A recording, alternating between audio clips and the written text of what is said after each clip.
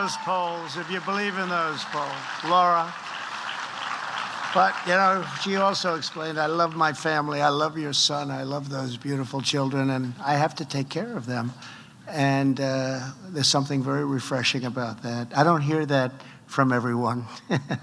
Sadly, I hear a lot of the opposite, actually.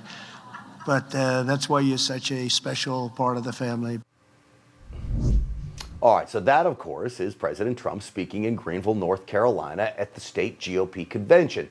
And it is certainly great seeing him out there again. And in typical Trump fashion, he spent some time slamming Joe Biden, touting his administration's accomplishments and speaking out on the border crisis. That's Trump administration's accomplishments, not Joe Biden's, all right? He even talked about China, of course, but always let's read between the lines. What are Trump's nonverbal cues and gestures really telling us? Well, to help us analyze all this is behavior and body language expert and former Army integrity, Gregory Hartley, is here. Gregory, welcome to the program. Thanks, Grant. Thanks for having me. So that first soundbite, what's exactly going on when Trump talks about his love for his family, and then he brings in, there's some of the opposite people, he says? Well, we're all designed to read this body language, and if you just open your eyes, you'll see something you recognize. When he says, I don't always get good press, and you see that kind of sneer, that left side lip rise, kind of an Elvis Presley looking thing, if you're old enough to remember Elvis Presley, that is contempt. Right. And that's contempt for the people who are giving him bad press. And it quite simply is exposing your canine, and it is asymmetric facial behavior. It tells us that there's something I'm not positive he's thinking when he's looking at that. So easy to follow. Pretty Let's talk about straightforward. good things until he gets to press. Yeah, and who can blame him, right? So he snarls. So he snarls at him. Yeah, exactly. All right, the next one here is what I call President Trump's positive stumble, okay? And first, some people might think, well, he stumbled, but I want to watch it and then tell me why this is actually a pretty decent thing for the president. Yet there's no better example of Biden's failed agenda than the catastrophic, and you look at it, is what's going on the southern border. I mean, is there anything that you've ever seen like what's going on the southern border?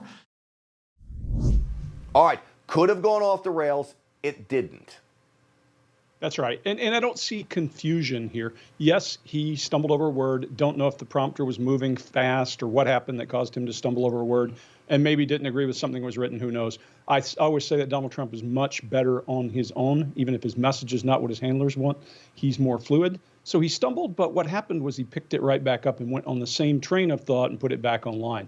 What we look for in confusion is energy, direction, and focus. Low energy, internal direction, a scattered direction, meaning everything's going in all kinds of directions, and then internal focus. He's clearly focused on delivering a message, so he's still there. All right, little secret, we're all better usually off the teleprompter than on the teleprompter. It goes For sure. to TV Sure. people as well, myself included. Let me show you a clip of what happens when there's really not a lot of focus and low energy compared to President Trump. I'm going to say something outrageous. I have never been particularly poor at calculating how to get things done in the United States Senate. So the best way to get something done, if it holds near and dear to you that you like to be able to, anyway,